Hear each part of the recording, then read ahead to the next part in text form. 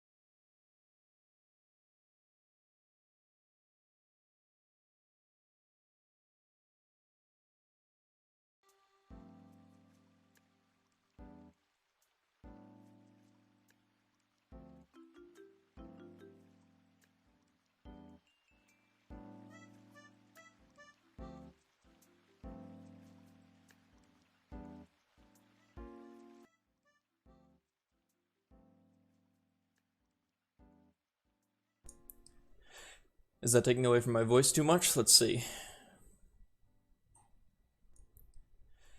Is that taking away from my voice too much? Let's see.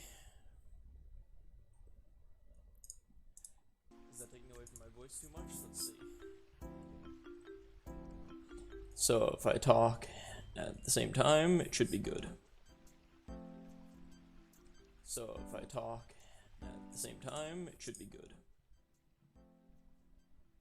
So if I talk, I'll turn it up a little bit more. At the same time, it should be good. There. Should be good enough. A little bit more.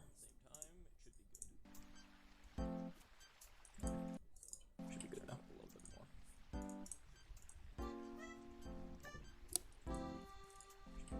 Alright, let's see here. Alright, so I'm just gonna read the entirety of. Alright, let's see here. Simone de Beauvoir's The Second Sex.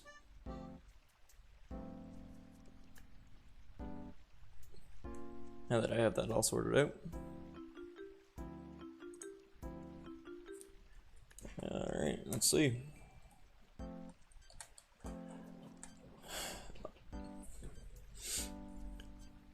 Simone de Beauvoir was born in Paris in 1908.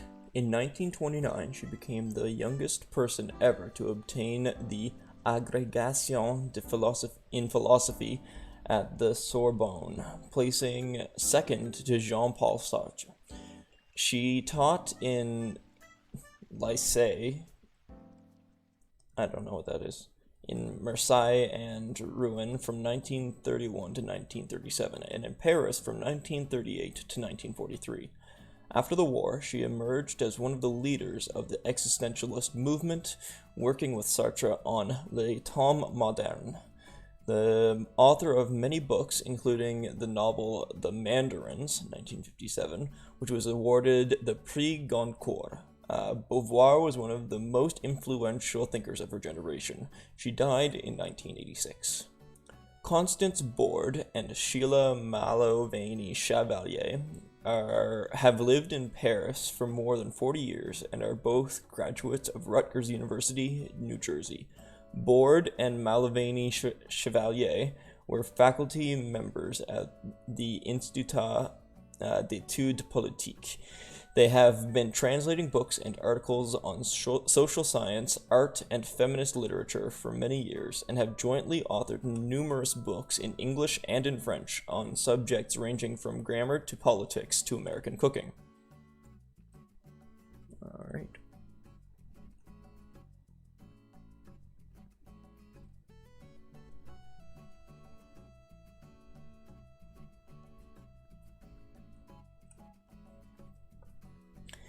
In 1946, Simone de Beauvoir began to outline what she thought would be an autobiographical essay explaining why, when she had tried to define herself, the first sentence that came to mind was, "I am a woman." That October, my maiden aunt, Beauvoir's contemporary, came to visit me in the hospital nursery. I was a day old, and she found a little tag on my bassinet that announced, "It's a girl." In the next bassinet was another newborn, a lot punier, she recalled, whose little tag announced, "I'm a boy." There we lay, innocent of a distinction, between a female object and a male subject. That would shape our destinies. It would also shape Beauvoir's great treatise on the subject. Treatise? Beauvoir was then a 38-year-old public intellectual who had been enfranchised for only a year. Legal birth control would be denied to French women until 1967, and legal abortion until 1975. Not until the late 1960s was there an elected female head of state anywhere in the world. Girls from my generation searching for examples of exceptional women outside the ranks of queens and courtesans, and of a few artists and saints, found precious few. The queens, as Beauvoir remarks, were neither male nor female, they were sovereigns. Opportunities for women have proliferated so broadly in the past six decades, at least in the Western world, that the distance between 2010 and 1949, when The Second Sex was published in France, seems like an eternity. Until, that is, one opens a newspaper. The victims of misogyny and sexual abuse are still with us everywhere. While no one individual or her work is responsible for that seismic shift in laws and attitudes, the millions of young women who now confidently assume that their entitlement to work, pleasure, and autonomy is equal to that of their brothers owe a measure of their freedom to Beauvoir. The Second Sex was an act of Promethean audacity, a theft of Olympian fire, from which there was no turning back. It is not the last word on the problem of woman, which Beauvoir wrote, has always been a problem of men, but it marks the place in history where an enlightenment begins. Simone Ernestine Lucie Marie Bertrande de Beauvoir was born in 1908 to a reactionary Catholic family with pretensions to nobility. She had a Proustian childhood on the Boulevard Saint-Germain in Paris. But after World War I, her father, Georges, lost most of his fortune, and without dowries, Simone and her sister Hélène had dim prospects for a marriage within their class. Their mother, Françoise, a banker's daughter who had never lived without servants, did all the housework and sewing for the family.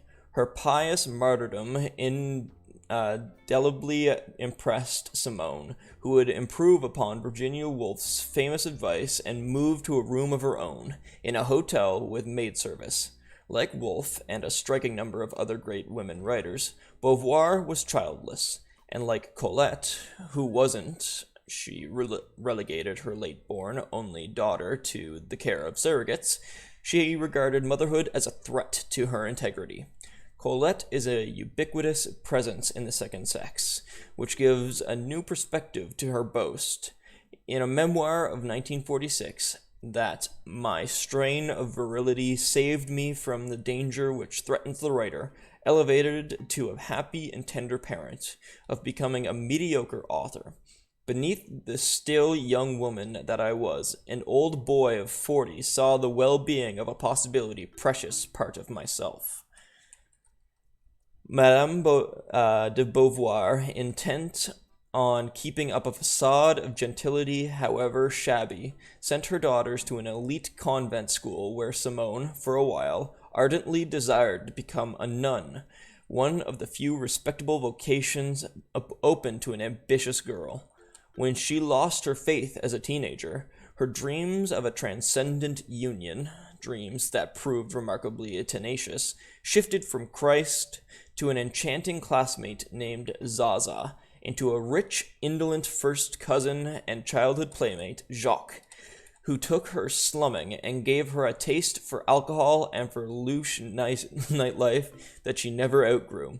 Not many bookish virgins with a particle in their surname got drunk with the hookers and drug addicts at Le Styx.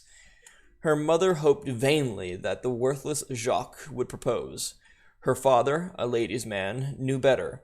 He told his temperamental, ill-dressed, pimply genius of a daughter that she would never marry But by then, Simone de Beauvoir had seen what a woman of almost any quality, high-born, low, pure or impure, contented with her lot or alienated, could expect from a man's world. Beauvoir's singular brilliance was apparent from a young age to her teachers and to herself. An insatiable curiosity and a prodigious capacity for synthetic reading and analysis, a more inspired grind may never have existed, nourished her drive.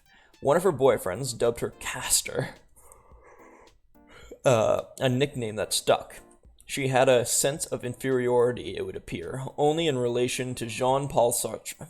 They met in 1929 as university students. She, a star at the Sorbonne, he, the École Normale Supérieure, cramming as a team for France's most brutal and competitive postgraduate examination, the agrégation, in philosophy.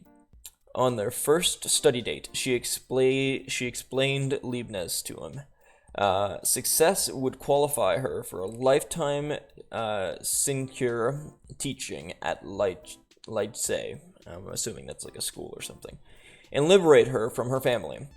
When the results were posted, Sartre was first and Beauvoir second. She was the 9th woman who had ever passed, and that forever was the order of precedence, Adam before Eve, in their creation myth as a couple. Even though their ideal was of a love without domination, it was part of the myth that Sartre was Beauvoir's first man. After Georges de Beauvoir confronted them, they had been living together more or less openly. Sartre, the more bourgeois, proposed marriage, and Beauvoir told him not to be silly. She had emerged from her age of awkwardness as a severe beauty with high cheekbones and a regal forehead, who wore her dark hair plaited and rolled, an old-fashioned Donna's coif, rather, I keep wanting to pronounce this in French, piquantly at odds with her appetites and behavior. Both sexes attracted her, and Sartre was never the most compelling of her lovers, but they recognized that each possessed something uniquely necessary to the other. As he put it one afternoon, walking in the Tuileries, "You and I together are as one." On the Fécund, he categorized their union as an essential love that only death could sunder, although in time, he said, they would naturally both have contingent loves, freely enjoyed and fraternally confessed in a spirit of authenticity.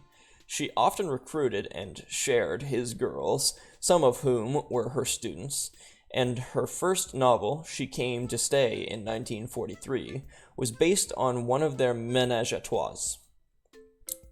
At every level, Beauvoir reflected years later on the pain she had suffered and inflicted. We failed to face the weight of reality, priding ourselves on what we called our radical freedom. But they also failed to fault themselves as the contingent casualties, the inessential others, who were sacrificed to their experiment and the burden of free love. Beauvoir would discover was grossly unequal for a woman and for a man. Get rid of this galactic civilizations crap.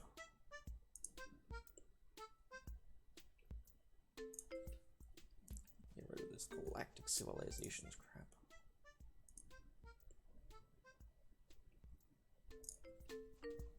Get rid of this galactic civilizations crap. Alright.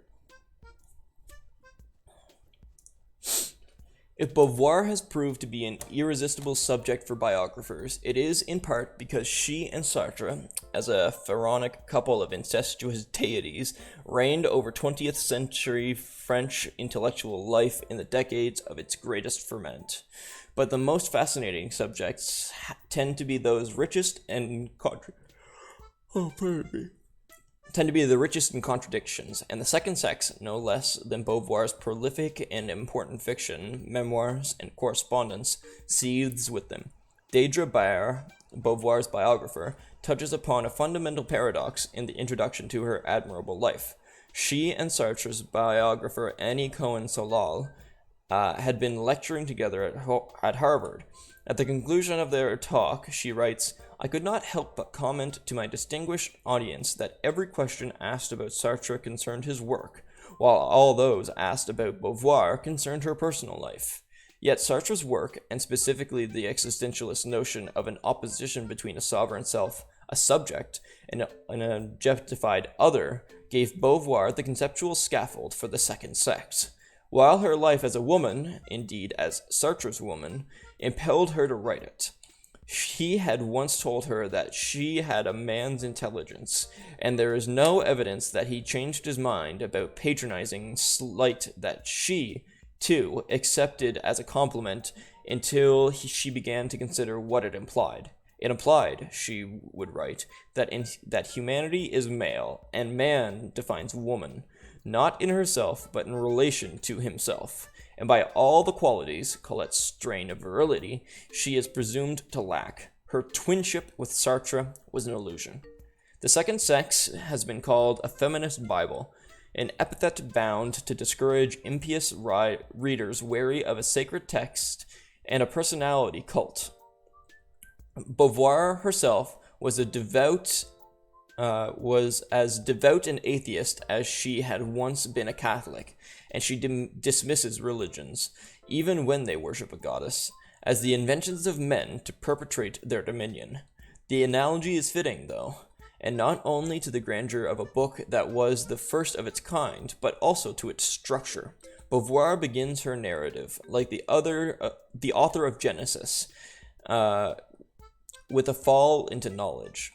The two volumes that elaborate the consequences of that fall are the Old and New Testaments of an unchosen people with a history of enslavement. Facts and Myths is a chronicle of womankind from prehistory to the 1940s. Lived Experience is a minutely detailed case study of contemporary womanhood and its stations of the cross from girlhood through puberty and sexual initiation to maturity and old age, with detours from the well-trodden road to Calvary taken by mystics and lesbians. The epic concludes, like Revelation, with an eloquent, if utopian, vision of redemption. The same drama of flesh and spirit, and of finitude and transcendence, plays itself out in both sexes. Both are eaten away by time, stalked by death. They have the same essential need of the other, and they can take the same glory from their freedom. If they knew how to savor it, they would no longer be tempted to contend for false privileges. The fraternity could then be born between them. The first English edition of The Second Sex was published in 1953. Blanche Knopf, the wife of Alfred Knopf, Beauvoir's American publisher, had heard of the book on a scouting trip to Paris. Thinking that this sensational literacy property was a highbrow sex manual, she had asked an academic who knew about the birds and the bees, H.M. Parsley, a retired professor of zoology at Smith College, for a reader's report. His enthusiasm for the work, intelligent, learned, and well-balanced, not feminist in any doctrinaire sense, won him the commission to translate it. But Alfred Knopf asked Parsley to condense the text, noting without undue masculine gallantry that Beauvoir certainly suffers from verbal diarrhea. Parsley appealed to the author for advice on the minor cuts and abridgments that Knopf felt were essential for the American market. She was either too busy or unwilling to reply because he heard nothing until he received an indignant letter protesting that so much of what seems important to me will have been omitted, but she signed off graciously on the edition. While the translation was a labor of love from which Parsley never nearly expired, he lacked a background in philosophy or in French literature. He also lacked a credential more pertinent, perhaps, to the audience for a foundational work of modern feminism, a second X chromosome. This eagerly awaited new translation by Constance Board and Sheila Malavany Chevalier, the first since Parsley's, is a magisterial exercise in fidelity. The cuts have been restored, and the English is as lucid and elegant as Beauvoir's ambition to be exhaustive permits it to be. She is a bold, sagacious, often dazzling writer and a master aphorist, but no one could accuse her of being a lapidary stylist. It is hard to find a description for the prose that does justice both to its incisive power and its manic garrulity. There are so many words in this that I need to look up. Elizabeth Hardwick came closest, perhaps, when she called the second sex madly sensible and brilliantly confused. Because I'm basically grasping at straws with some of these words. Like, I can put it together from context, but I'm gonna fucking Google it.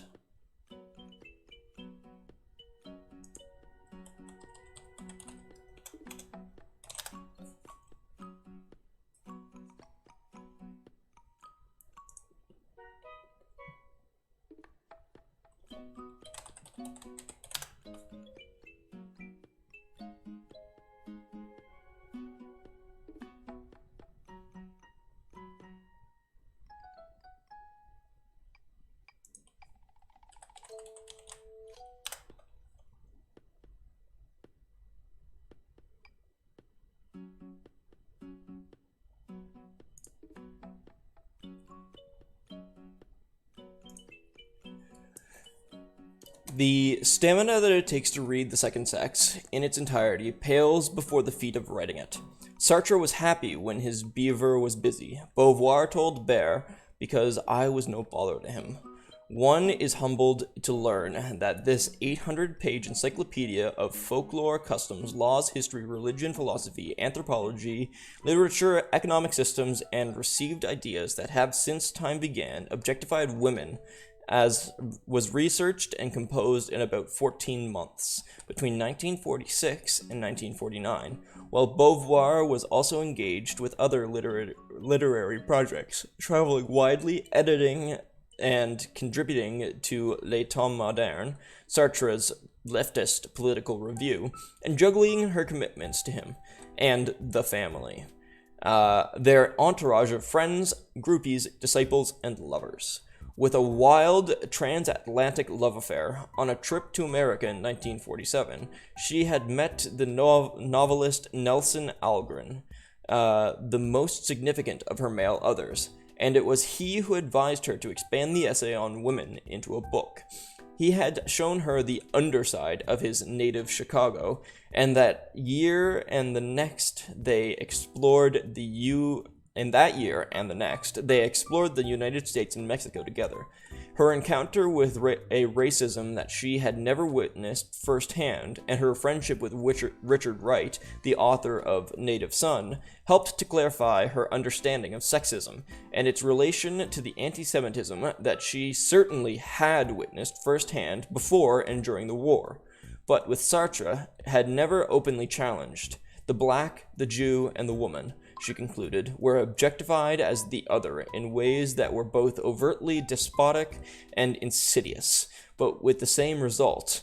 Their particularity as human beings was reduced to a lazy, abstract cliché: the eternal feminine, the black soul, the Jewish character, that served as a rationale for their subjugation. Not all of Beauvoir's staggering erudition and Mandarin authority in The Second Sex is reliable. Don't know what erudition means.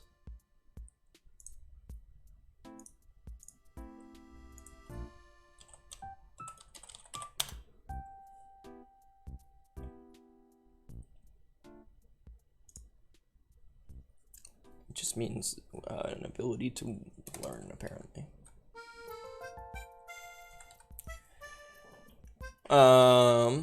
She would repudiate a number of her more contentious or blinkered generalities, though not all of them. Her single most famous assertion, "one is not born, but rather becomes woman," has been disputed by more recent feminist scholars, and a substantial body of research in biology and the social sciences supports their argument that some sexual differences, besides the obvious ones, are innate rather than situational. Instead of rejecting otherness as an imposed cultural construct, women, in their opinion, should cultivate it as a source of self-knowledge and expression, and use it as the basis to critique patriarchal institutions. Many readers have also been alienated by Beauvoir's visceral horror of fertility, the curse of reproduction, and her desire, as they see it, to homogenize the human race. Yet a revolution cannot begin until the diffuse private indignation of individuals coalesces into a common cause. Beauvoir not only marshaled a vast arsenal of fact and theory, she galvanized a critical mass of consciousness, a collective identity, that was indispensable to the women's movement. Her insights have breached the solitude of countless readers around the world who thought that the fears, transgressions, fantasies, and desires that fed their ambivalence about being female were aberrant or unique. No woman before her had written publicly, with great candor and less euphemism, about the most intimate secrets of her sex. One of those secrets, the hardest perhaps for Beauvoir to avow, is that a free woman may refuse to be owned without wanting to renounce or being able to transcend her yearning to be possessed. As long as the temptations of facility remain, she wrote, by which she meant the temptations of romantic love, financial security, and a sense of purpose or status derived from a man, all of which Sartre had, at one time or another, provided for her. A woman needs to expend a greater more... Sartre had, at one time or another, provided for her. A woman needs to expend a greater moral effort than the male to choose the path of independence. Colette, who would have smiled, and not kindly, at the phrase moral effort, states the problem less cerebrally. How to liberate my true hope? Everything is against me. The first obstacle to my escape is this woman's body barring my way, a voluptuous body with closed eyes, voluntarily blind, stretched out, full, ready to perish. To a reader of this new translation, a young feminist perhaps, for whom the very title may seem as quaint as a pair of bloomers, I would suggest that the best way to appreciate the second sex is to read it in the spirit it was written, as a deep and urgent personal meditation on a true hope that she will probably discover is still elusive for many of us, to become, in every sense, one's own woman.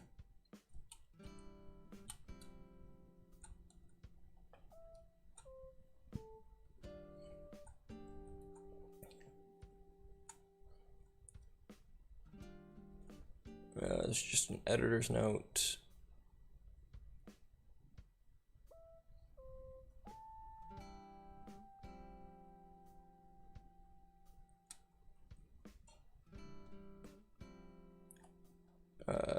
This looks like it's actually the start of it. I hesitated a long time before writing a book on woman. The subject is irritating, especially for women, and it is not new. Enough ink has flowed over the quarrel about feminism. It is now almost over. Let's not talk about it anymore. Yet it is still being talked about, and the volumes of idiocies churned out over the past century do not seem to have clarified the problem. Besides, is there a problem? And what is it? Are there even women? True, the theory of the eternal feminine still has its followers. They whisper. Even in Russia, women are still very much women. But other well-informed people, and also at times those same ones, lament, woman is losing herself. Woman is lost. It is hard to know any longer if women still exist, if they will always exist, if there should be women at all, what place they hold in this world, what place they should hold. Where are the women? Asked a short-lived magazine recently. But first, what is a woman? Tota mulier in utero. She is a womb, some say. Yet speaking, is that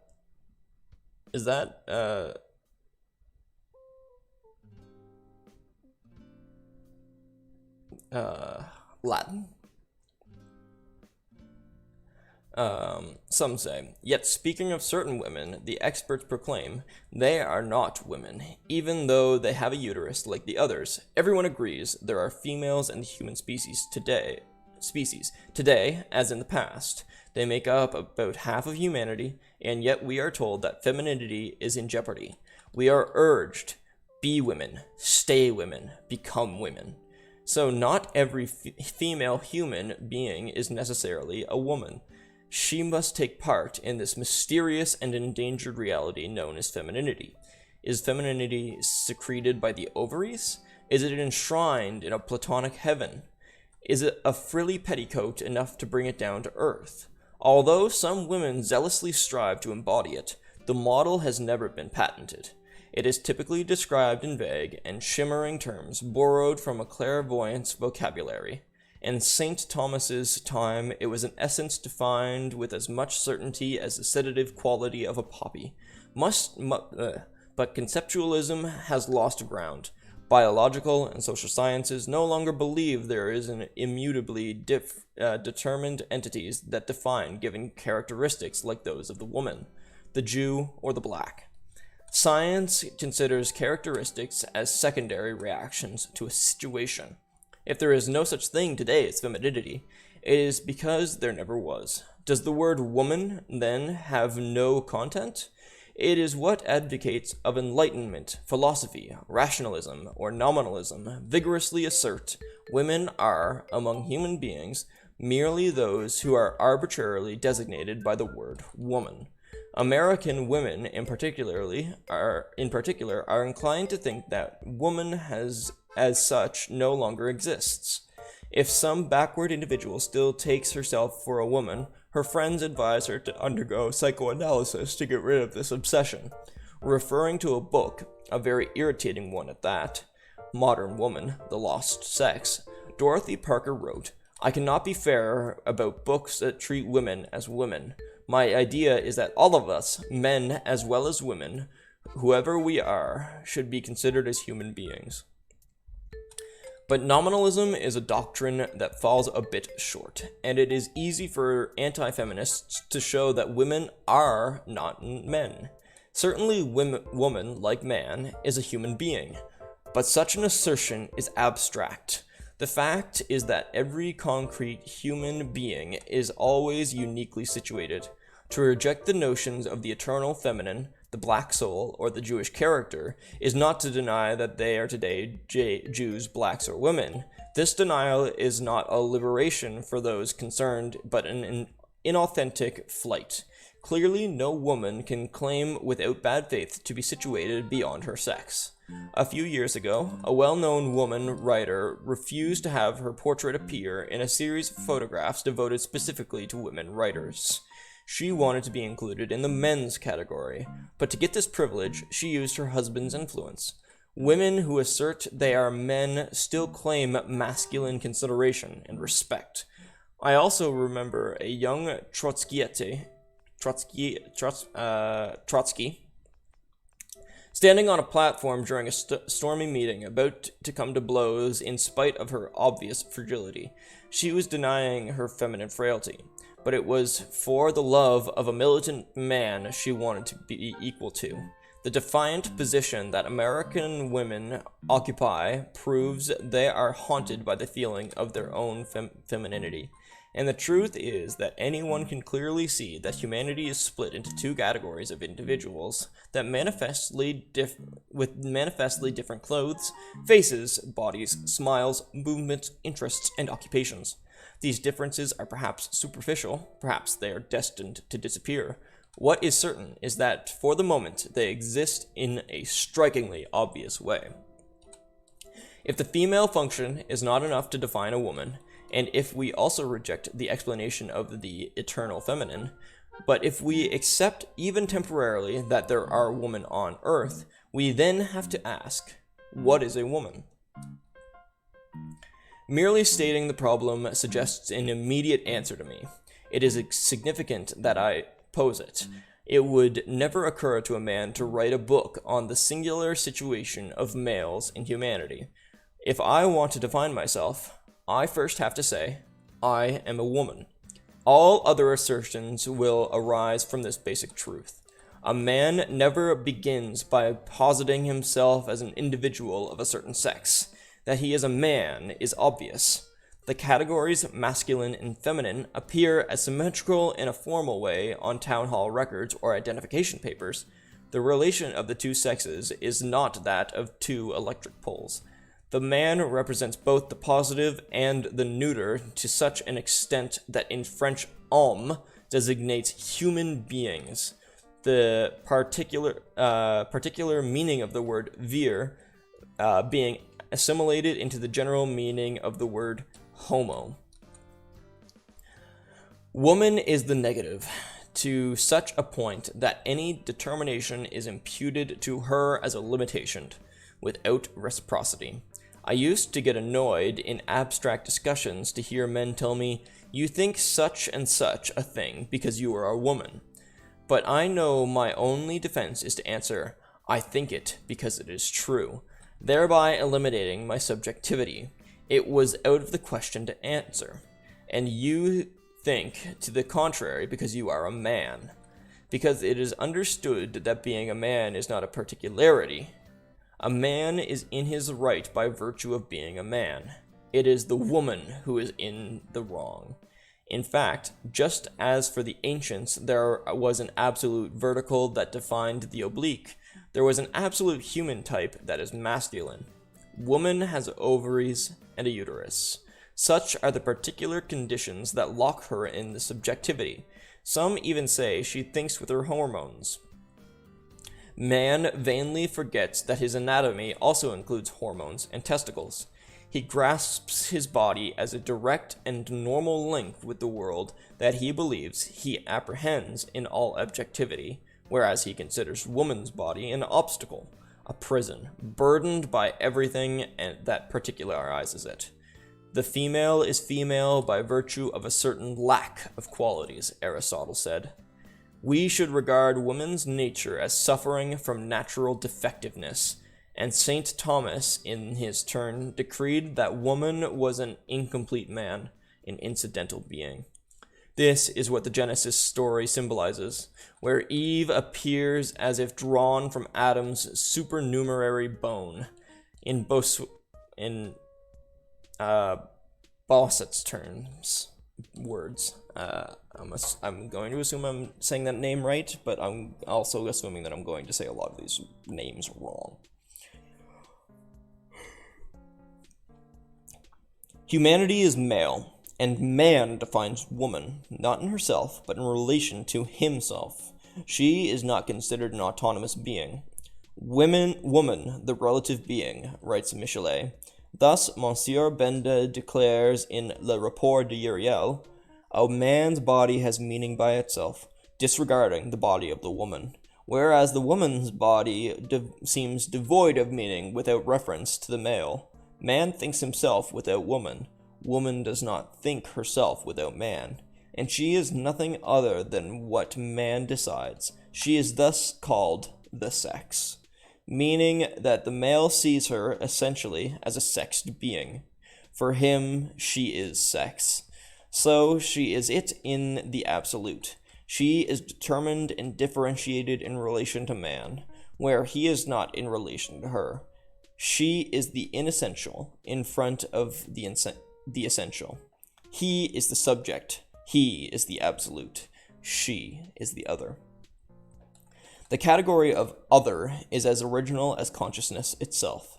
The duality between self and other can be found in the most primitive societies, in the most ancient mythologies. This division did not always fall into the category of division of the sexes. It was not based on any empirical given. This comes out in works like Granet's on Chinese thought and Dumézel's on India and Rome. In couples such as Varuna, Mitra, Uranus, and Zeus, sun, moon, day, night, no feminine element is involved at the outset, neither in good or evil. Auspicious and inauspicious, left and right, God and Lucifer. Alterity is auspicious Alterity is the fundamental category of human thought. No group ever defines itself as one without immediate setting up the other opposite itself. It only takes 3 travelers brought together by chance in the same train compartment for the rest of the travelers to become vaguely hostile. Others. Village people view anyone not belonging to the village as suspicious others. For the native of a country, inhabitants of other countries we viewed as foreigners. Jews are the others for anti-Semites, blacks for racist Americans, indigenous people for colonists, proletarians for the propertied classes. After studying the diverse forms of primitive society in depth, Levi Strauss could conclude, the passage from the state of nature to the state of culture is defined by man's ability to think biological relations as systems of oppositions, duality, alternation, opposition, and symmetry, whether occurring in defined or less clear form, are not so much phenomena to explain as fundamental and immediate givens of social reality. These phenomena could not be understood if human reality were solely a mitzvah. I'm gonna Google that word. I don't know what mitzvah means.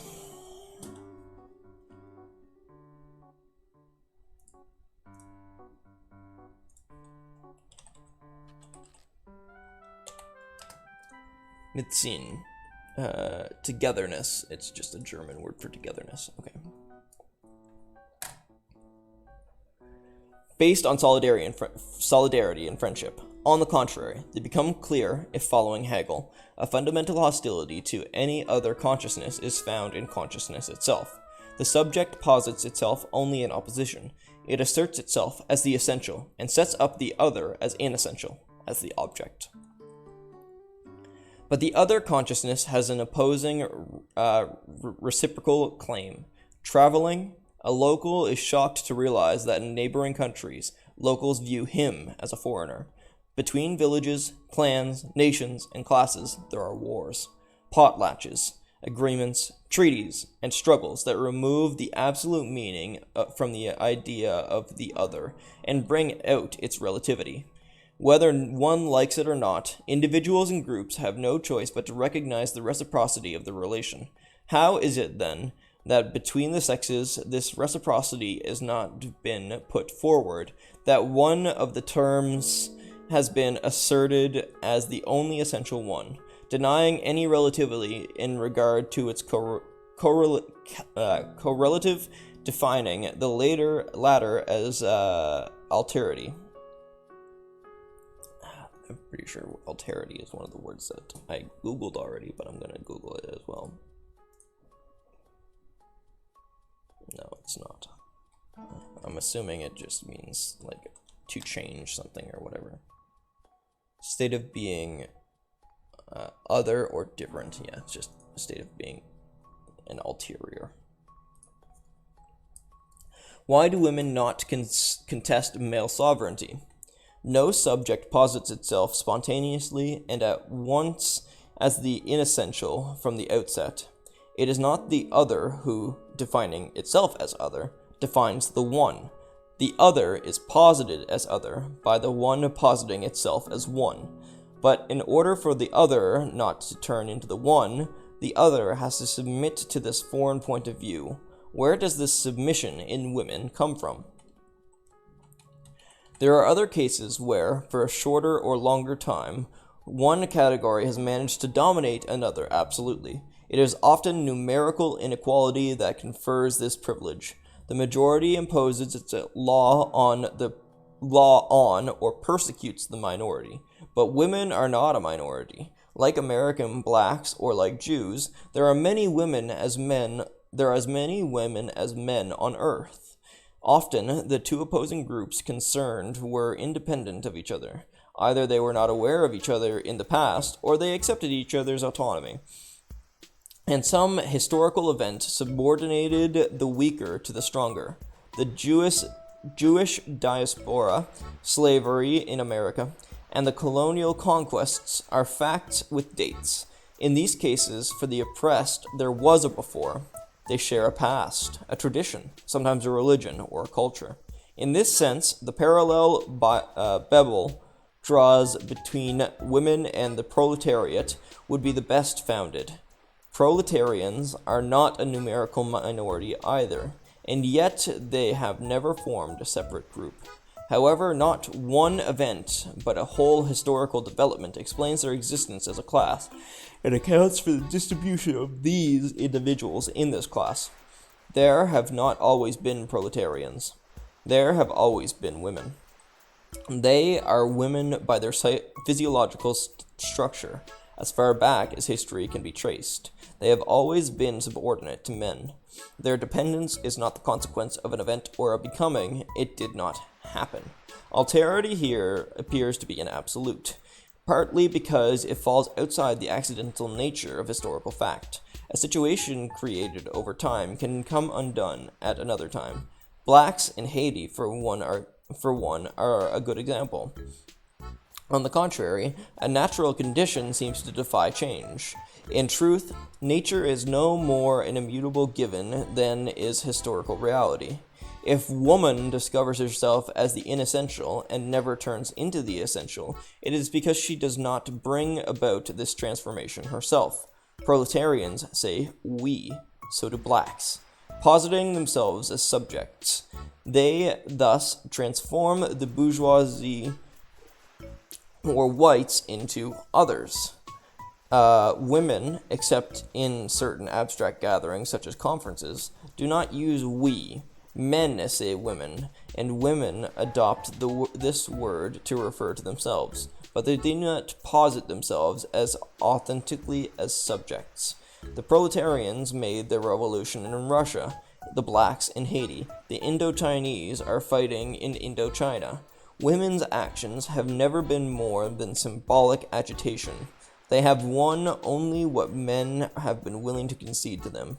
They have taken nothing. They have received.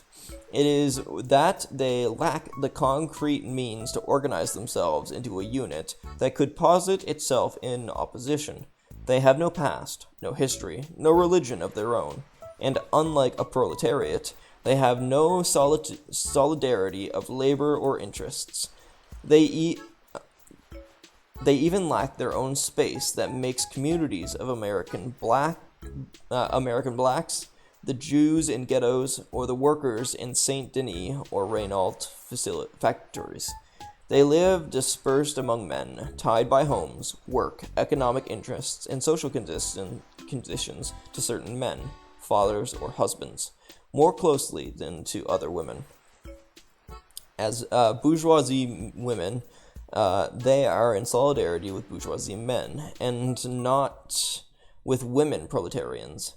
As white women, they are in solidarity with white men, and not with black women. The proletariat could plan to massacre the whole ruling class. A fanatic Jew or black could dream of seizing the secret of the atomic bomb and turning all of humanity entirely Jewish or entirely black. But a woman could not even dream of exterminating males. The tie that binds her to her oppressors is unlike any other. The division of the sexes is a biological given, not a moment in human history. Their opposition took shape within an original meets end, and she has not broken it. The couple is a fundamental unit with the two halves riveted to each other. Cleavage of society by sex is not possible. This is the fundamental characteristic of woman. She is the other, at the heart of a whole, whose two components are necessary to each other.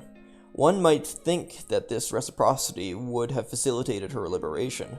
When Hercules spins wool at Omphale's feet, his desire enchains him. Why was Omphale unable to acquire long-lasting power? Medea, in revenge against Jason, kills her children. This brutal legend suggests that the bond attaching the woman to her child could have given her a formidable upper hand. In Lysistrata, Aristophanes lightheartedly imagined a group of women who, uniting together for the social good, tried to take advantage of men's needs for them. But it is only a comedy. The legend that claims that the ravished Sabine women resisted the ravishers with obstinate sterility also recounts that by whipping them with leather straps, the men magically won them over into submission. Biological need, sexual desire, and desire for posterity, which makes the male dependent on the female, has not liberated women socially. Master and slave are also linked by a reciprocal economic need that does not free the slave. That is, in the master-slave relation, the master does not posit the need he has for the other. He holds the power to satisfy this need and does not mediate it. The slave, on the other hand, out of dependence, hope, or fear, internalizes his need for the master. However equally compelling the need may be to both of them, it always plays in favor of the oppressor over the oppressed. This explains the slow pace of working-class liberation. For example, now, woman has always been, if not man's slave, at least his vassal. The two sexes have never divided the world up equally, and still today, even though her condition is changing, woman is heavily handicapped. In no country is her legal status identical to man's, and often it puts her at a considerable disadvantage. Even when her rights are recognized abstractly, long-standing habit keeps them from being concretely manifested in customs. Economically, men and women almost form two castes. All things being equal, the former have better jobs, higher wages, and greater chances to succeed than their female competitors. They occupy many more places in industry, in politics, and so forth, and they hold the most important positions. In addition to their concrete power, they are invested with a prestige whose tradition is reinforced by the child's whole education. The present incorporates the past, and in the past, all history was made by males. At the moment that women are beginning to share in the making of the world, this world still belongs to men. Men have no doubt about this, and women barely doubt it. Refusing to be the other, refusing complicity with man, would mean renouncing all of the advantages an alliance with the superior caste confers to them. Lord Man will materially protect liege woman, and will be in charge of justifying her existence. Along with the economic risk, she eludes the metaphysical risk of a freedom that must invent its goals without help. Indeed, beside every individual's claim to assert himself as subject, an ethical claim, lies the temptation to flee freedom and make himself into a thing. It is a pernicious path because the individual, passive, alienated, and lost, is prey to a foreign will, cut off from his transcendence, robbed of all worth, but it is an easy path. The anguish and stress of authentically assumed existence are thus avoided. The man who sets the woman up as an other will thus find in her deep complicity. Hence, woman makes no claim for herself as subject, because she lacks the concrete means, because she senses the necessary link connecting her to man without positing its reciprocity, and because she often derives satisfaction from her role as other. But a question immediately arises. How did this whole story begin? It is understandable that the duality of the sexes, like all duality, be expressed in conflict. It is understandable that if one of the two succeeded in imposing its superiority, it had to establish itself as absolute. It remains to be explained how it was that man won at the outset. It seems possible that women might have carried off the victory, or that the battle might never be resolved. Why is it that this world has always belonged to men, and that only today things are beginning to change? Is this change a good thing? Will it bring about an equal sharing of the world between men and women, or not? These questions are far from new. They have already had many answers, but the very fact that woman is other challenges all the justifications that men have ever given. These were only too clearly dictated by their own interest. Everything that men have written about women should be viewed with suspicion, because they are both judge and party, wrote Pauline de la Barre, a little-known 17th-century feminist. The males have always and everywhere paraded their satisfaction of feeling they are kings of creation. Blessed be the Lord our God, and the Lord of all worlds that has not made me a woman. Jews say this in their morning prayers. Meanwhile, their wives resignedly murmur, Blessed be the Lord for creating me according to his will. God, is that true? Among the blessings, Plato thanked the gods for was first being born free and not a slave, and second, a man and not a woman. But males could not have enjoyed this privilege so fully had they not considered it as founded in the absolute and in eternity. They sought to make the fact of their supremacy a right. Those who made and compiled the laws, being men, favored their own sex, and the jurisconsults have turned the laws into principles. Poulain de la Barre continues. Lawmakers, priests, philosophers, writers, and scholars have gone to great lengths to prove that women's subordinate condition was willed in heaven and profitable on earth. Religions forged by men reflect this will for domination. They found ammunition in the legends of Eve and Pandora. They have put philosophy and theology in their service, as seen in the previously cited words of Aristotle and St. Thomas. Since ancient times, satirists and moralists have delighted in depicting women's weaknesses. The violent indictments brought against them all through French literature are well known.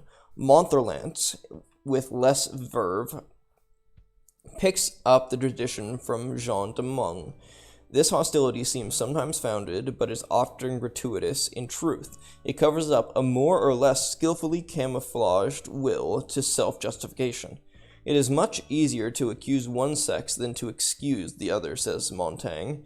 In certain cases, the process is transparent. It is striking, for example, that the Roman code limiting a wife's rights invokes the imbecility and fragility of the sex, just when the weakening family structure makes her a threat to male heirs. It is striking that in the 16th century, to keep a married woman under wardship, the authority of St. Augustine affirming, the wife is an animal neither reliable nor stable, is called upon, whereas the unmarried woman is recognized as capable of managing her own affairs. Montaigne well understood the arbitrariness of injustice of the lot assigned to women. Women are not wrong at all when they reject the rules of life, and they have been introduced into the world, inasmuch as it is the men who have made these without them. There is a natural plotting and scheming between them and us, but he does not go so far as to champion their cause. It is only in the 18th century that deeply democratic men began to consider the issue objectively. Diderot, for one, tries to prove that, like man, woman is a human being. A bit later, John Stuart Mill ardently defends women, but these philosophers are exceptional in their impartiality. In the 19th century, the feminist quarrel once again becomes a partisan quarrel. One of the consequences of the Industrial Revolution is that women enter the labor force. At that point, women's demands leave the realm of the theoretical and find economic grounds. Their adversaries become all the more aggressive. Even though landed property is partially discredited, the bourgeoisie clings to the old values, where family solidity guarantees private property. It insists all the more fiercely that woman's place be in the home, as her emancipation becomes a real threat. Even within the working class, men tried to thwart women's liberation because women were becoming dangerous competitors, especially as women were used to working for low salaries. To prove women's inferiority, anti-feminists began to draw not only, as before, on religion, philosophy, and theology, but also on science, biology, experimental psychology, and so forth. At most, they were willing to grant separate but equal status to the other sex. That winning formula is most significant. It is exactly that formula the Jim Crow laws put into practice with regard to Black Americans. This so-called egalitarian segregation served only to introduce the most extreme forms of discrimination. This convergence is in no way pure chance. Whether it is race, caste, class, or sex reduced to an inferior condition, the justification process is the same. The eternal feminine corresponds to the black soul, or the Jewish character. However, the Jewish problem on the whole, is very different from the two others. For the anti-Semite, the Jew is more an enemy than an inferior, and no place on this earth is recognized as his own. It would be preferable to see him annihilated. But there are deep analogies between the situations of women and blacks. Both are liberated today from the same paternalism, and the former master caste wants to keep them in their place, that is, the place chosen for them. In both cases, they praise, more or less sincerely, the virtues of the good black, the carefree, childlike, merry soul of the resigned black, and the woman who is a true woman, frivolous, infantile, irresponsible, the woman subjugated to man. In both cases, the ruling caste bases its argument on the state of affairs it created itself. The familiar line from George Bernard Shaw sums it up. The white American relegates the black to the rank of a shoe-shine boy, and then concludes that blacks are only good for shining shoes. The same vicious circle can be found in all analogous circumstances. When an individual or a group of individuals is kept in a situation of inferiority, the fact that he or they are inferior, but the scope of the verb to be must be understood. Bad faith means giving it a substantive value, when in fact it has the sense of Hegelian dynamic. To be is to have become, to have been made, as one manifests oneself. Yes, women in general are today inferior to men. That is, their situation provides them with fewer possibilities. The question is whether this state of affairs must be perpetuated. Many men wish it would be. Not all men have yet laid down their arms. The conservative bourgeoisie continues to view women's liberation as a danger threatening their morality and their interests. Some men feel threatened by women's competition. In Hebdo Latin the other day, a student declared, "Every woman student who takes a position as a doctor or lawyer is stealing a place from us." That student never questioned his rights over the world. Economic interests are not the only ones in play. One of the benefits of oppression secures for the oppressors is that the humblest meaning among them feels superior. In the United States, a poor white from the South can console himself for not being a dirty N-word. And more prosperous whites cleverly exploit this pride. Likewise, the most mediocre of males believes himself a demigod next to women. It is easier for Monsieur de Montherlant to think himself a hero in front of women, hand-picked, by the way, than to act the man among men, a role that many women assumed better than he did.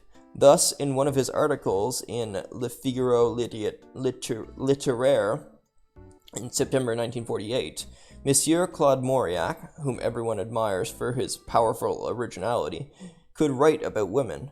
We listen in a tone sick of polite indifference to the most brilliant one among them, knowing that her intelligence, in a more or less dazzling way, reflects ideas that come from us. Oof.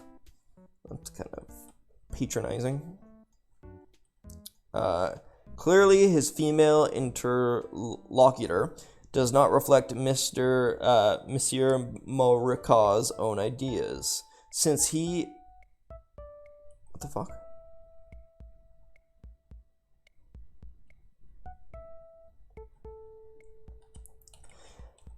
Clearly, since he is known to have any, and she reflects ideas originating with men, is possible. Among males themselves, more than one of them takes as his own opinions he did not invent.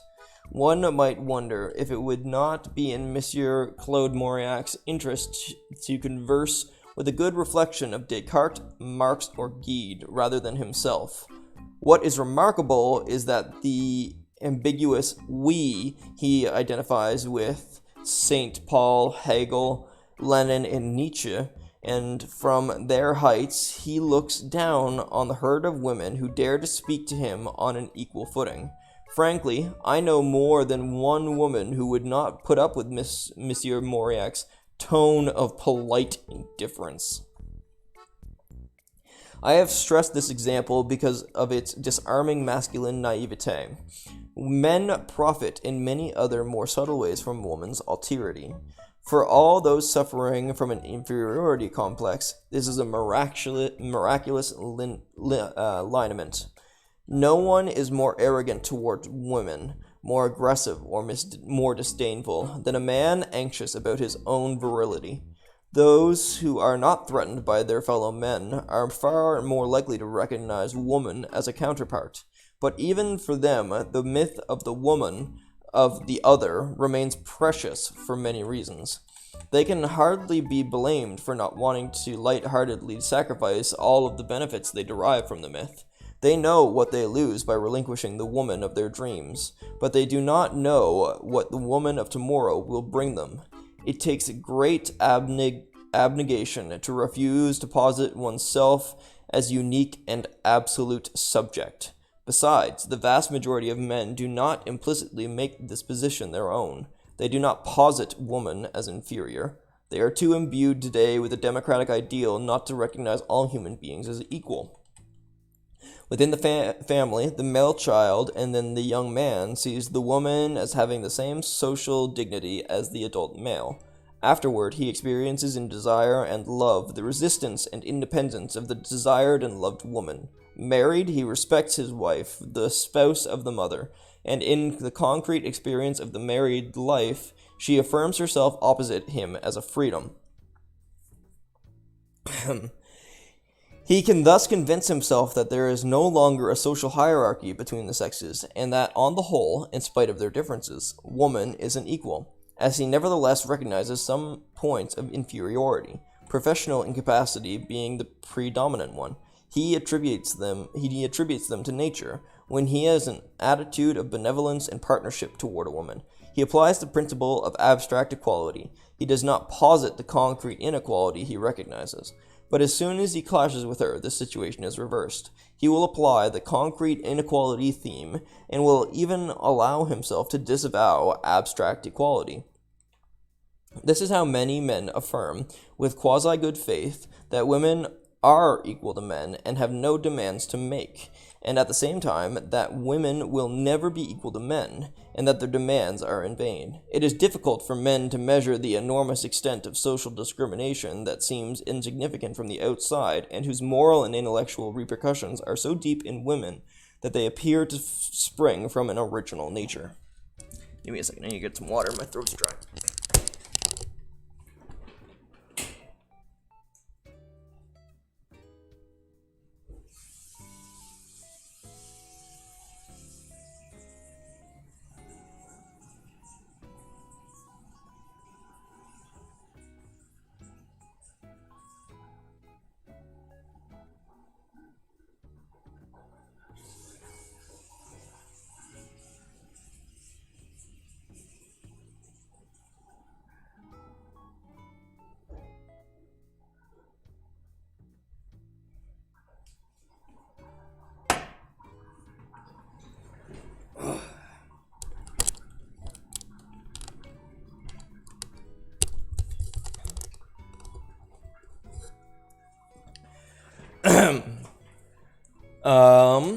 The man most sympathetic to women never knows her concrete situation fully, so there is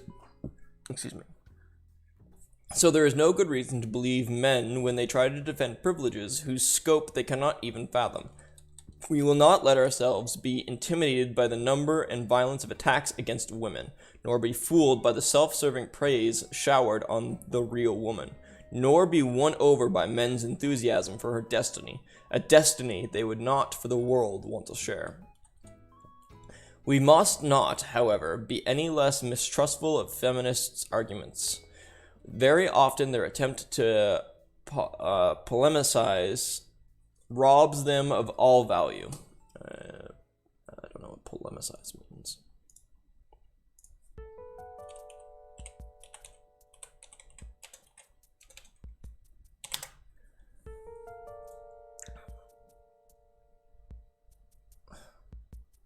Okay, polemicize, engage in polemical debate. What the fuck does polemical mean?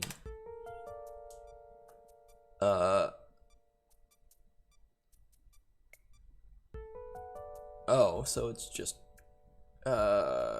controversial writing or speech. Okay.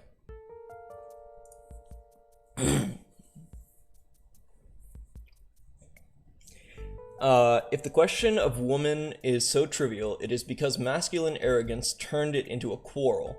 When people quarrel, they no longer reason well. What people have endlessly created after Adam.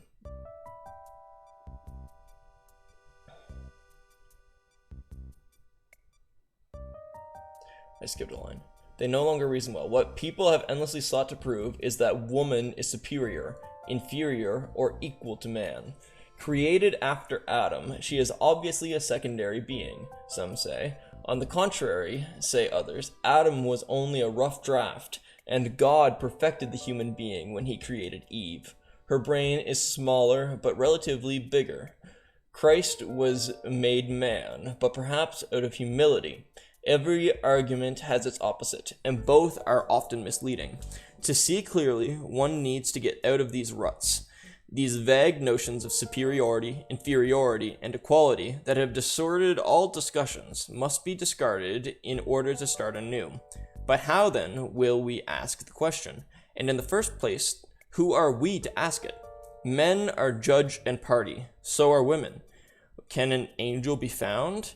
In fact, an angel would be ill qualified to speak, would not understand all the givens of the problem. As for the hermaphrodite, it is a case of its own. It is not both a man and a woman, but neither man nor woman. I think certain women are still best suited to elucidate the situation of women. It is sophism to claim that Epimenides should be enclosed within the concept of the Cretan, and all Cretans within the concept of a liar. It is not a mysterious essence that dictates good or bad faith to men and women. It is their situation that disposes them to seek the truth to a greater or lesser extent.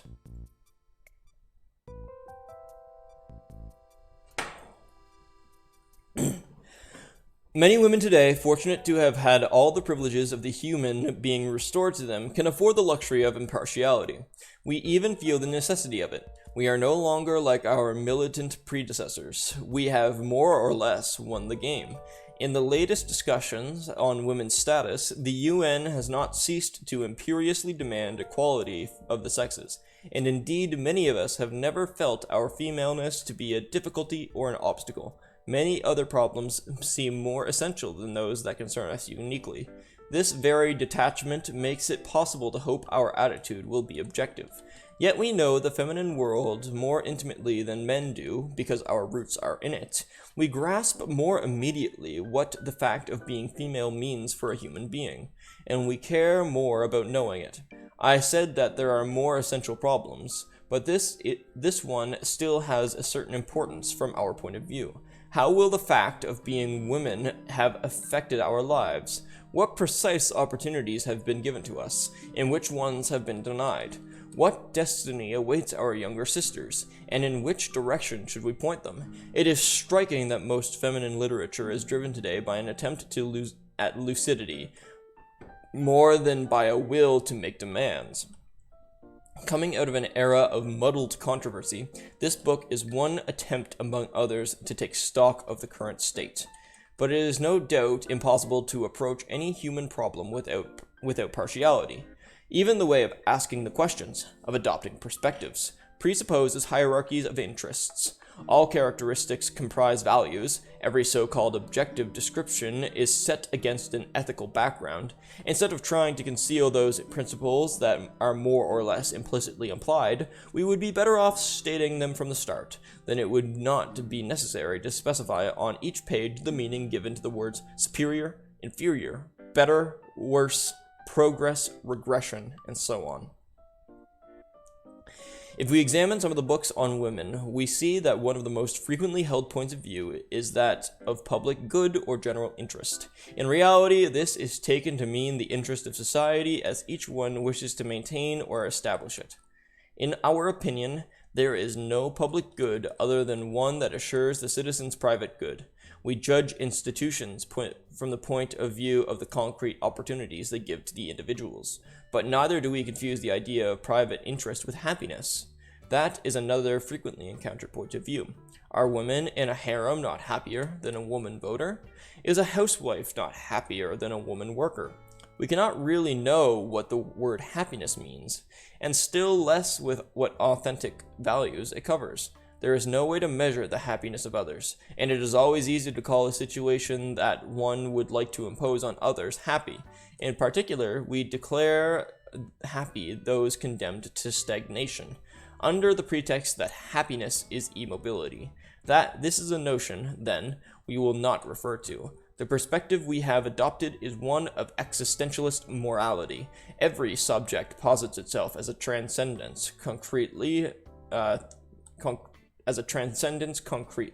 Through projects, it accomplishes its freedom only by perpetual surpassing toward other freedoms. There is no other justification for present existence than its expansion towards an indefinitely open future. Every time transcendence lapses into immanence, there is degradation of itself into in itself, of freedom into facticity. This fall is a moral fault if the subject consents to it. If this fall is inflicted on the subject, it takes the form of frustration and oppression. In both cases, it is an absolute evil. Every individual concerned with justifying his experiences his existence as an indefinite need to transcend himself. But what singularly defines the situation of woman is that being, like all humans, an autonomous freedom. She discovers and chooses herself in a world where men force her to assume herself as other.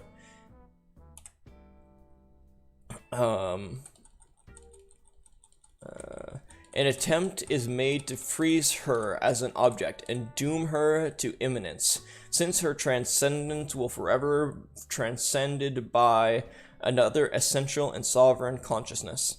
Woman's drama lies in this conflict between fundamental claim of every subject, which always posits itself as essential, and the demands of a situation that constitutes her as inessential. How, in the feminine condition, can a human being accomplish herself? What paths are open to her? Which ones lead to dead ends? How can she find independence with independence? What circumstances limit woman's freedom, and can she overcome them? These are the fundamental questions we would like to elucidate. This means that in focusing on the individual's possibilities, we will define these possibilities not in terms of happiness, but in terms of freedom. Clearly, the subject would have no meaning if we thought that a physiological, psychological, or economic destiny weighed on woman. So we will begin by discussing woman from a biological, psychoanalytical, and historical materialist point of view. We will then attempt to positively demonstrate how feminine reality has been constituted, but why woman has been defined as other, and what the consequences have been from men's point of view. Then we will describe the world from the woman's point of view, such as it is offered to her, and we will see the difficulties women are up against just when, trying to escape the sphere they have been assigned until now, they seek to be part of the human Mitsein.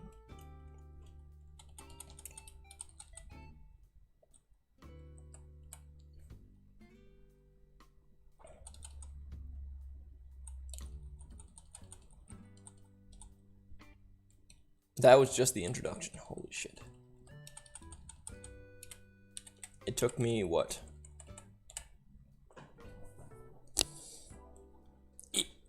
An hour to get 1/20th of the way through this book, so it's probably gonna take me another 24 hours to read this entire thing all the way through. God damn. Okay. I think this is the point I'm gonna take a break.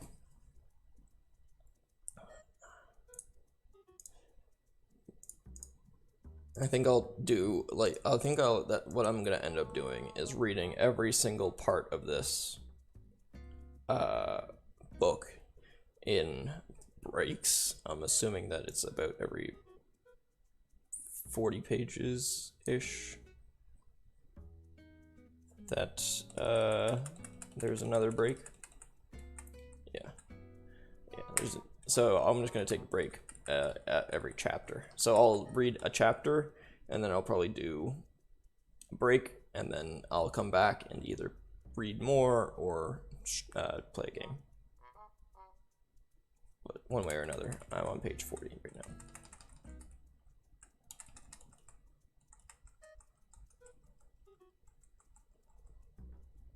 Yeah.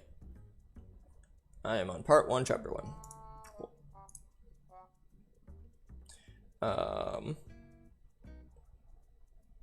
I'm going to go get food and then I will play more. But for now, goodbye.